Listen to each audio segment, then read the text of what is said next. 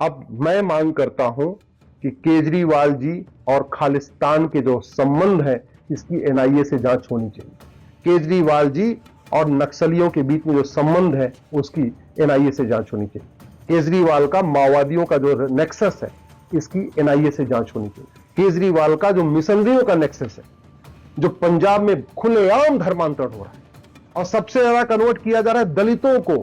पंजाब के जो schedule caste schedule tribe दलित है, ये अंबेडकर की फोटो लगाते हैं और पंजाब में दलितों का कन्वर्जन हो रहा है और शांत बैठे हुए।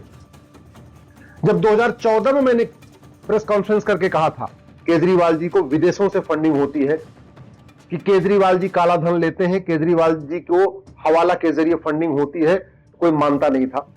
अब डिस्ट्रिक्ट कोर्ट ने भी यही बात कही है, हाई कोर्ट ने भी यही बात कही है कि जो ईडी की जांच में पाया गया कि इनको ब्लैक मनी की फंडिंग होती है, हवाला की फंडिंग होती है। अब आप लोगों को विश्वास हो गया होगा कि जो बात मैंने 10 साल पहले कही थी 2014 में, वो सब बातें सही है।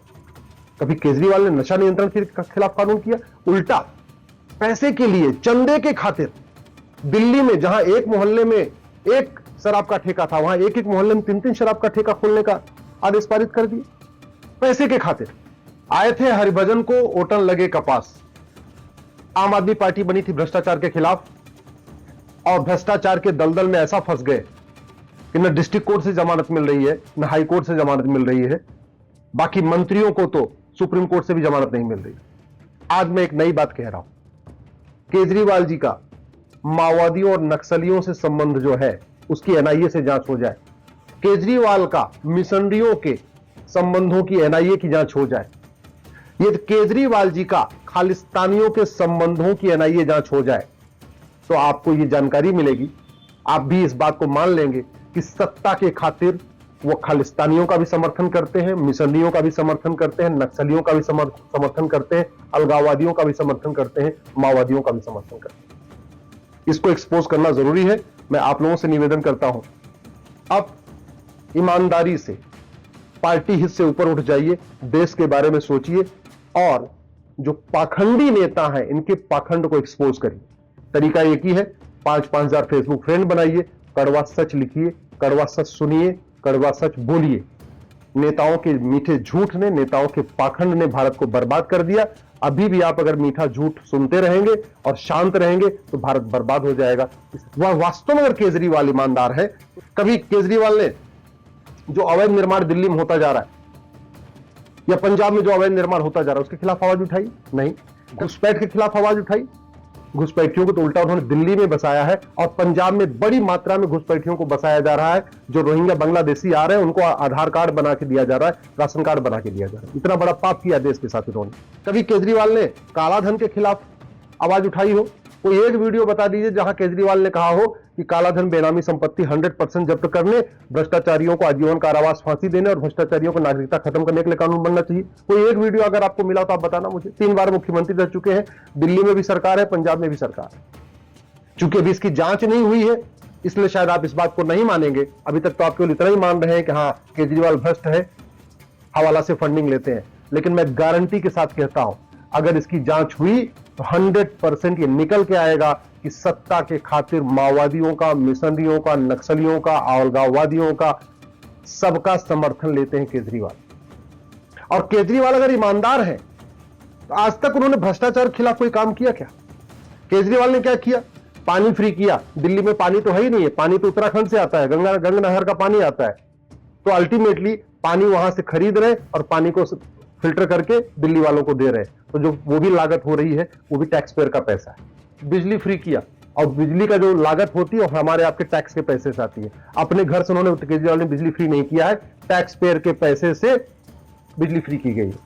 जो मुख्यमंत्री के नाते वो काम कर सकते थे वो तो उन्होंने किया नहीं। उन्होंने केवल टैक्स पेयर का पैसा लिया, इधर से पैसा लिया, उधर लुटाया, अपना नाम कमा लिया। अन्ना आंदोलन हुआ था तो क्या हुआ था? लोकपाल आएगा, लोकायुक्त आएगा, भ्रष्टाचार खत्म हो जाएगा। 2015 से भारत में लोकपाल है और 2015 से भारत के सभी राज्यों में लोकायुक्त है। आपके राज्य में भी लोकायुक्त आ चुका है। चलो बाकी राज्य तो छोड़ दीजिए, दिल्ली में लोकायुक्त है और पंजाब में भी लोकायुक्त है और दिल्ली और पंजाब में दोनों जगह केजरीवाल जी की सरकार है। दिल्ली का कोई एक डिपार्टमेंट बताइए जहां भ्रष्टाचार खत्म हुआ हो, पंजाब का कोई एक डिपार्टमेंट बताइए जहां भ्रष्टाचार खत्म हुआ। ट्रांसपोर्ट डिपार्टमेंट केजरीवाल के अधीन में है, नगर निगम केजरीवाल के अधीन में है, हेल्थ मिनिस्ट्री केजरीवाल के अधीन में है, पीडब्ल्यूडी दिल्ली सरकार के अधीन में है। न पीडब्ल्यूडी का भ्रष्टाचार खत्म हुआ, न हेल्थ डिपार्टमेंट का भ्रष्टाचार खत्म हुआ, न एजुकेशन डिपार्टमेंट का भ्रष्टाचार खत्म हुआ। न लेखपाल ने पैसा लेना छोड़ा है, न पेशकार ने पैसा लेना बंद किया, न तहसीलदार ने पैसा लेना बंद किया। मैं बार बार कहता हूं, डॉक्टर बदलने से बीमारी ठीक नहीं होती।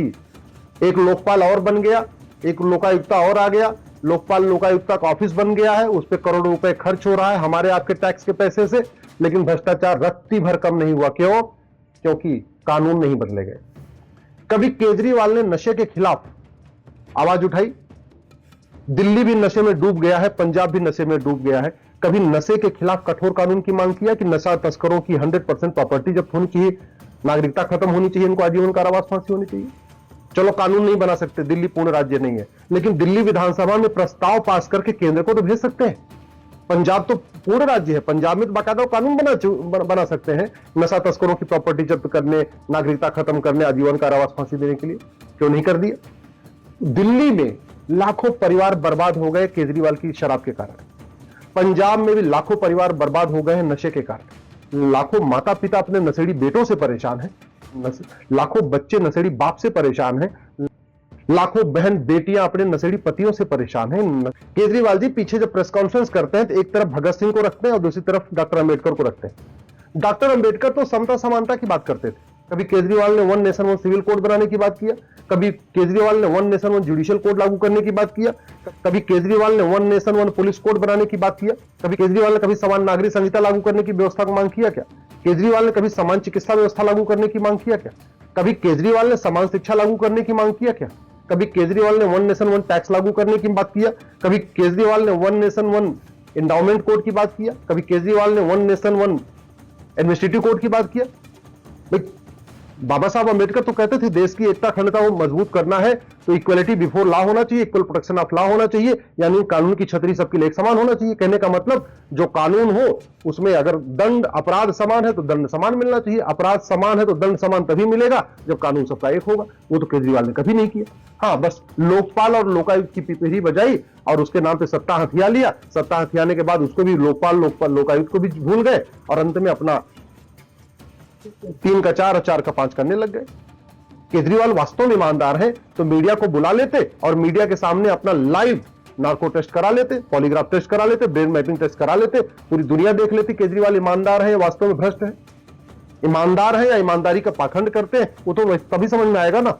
चलो मान लिया कि कोर्ट भी केजरीवाल के खिलाफ हो गई है, इलेक्शन कमीशन केजरीवाल के खिलाफ है और हमने मान लिया कि चलो कोर्ट भी सीबीआई केजरीवाल के खिलाफ है, ईडी केजरीवाल के खिलाफ है, सीबीआई केजरीवाल के खिलाफ है, तो भैया प्रत्यक्षम किम प्रमाणम, सांच को आज क्यों?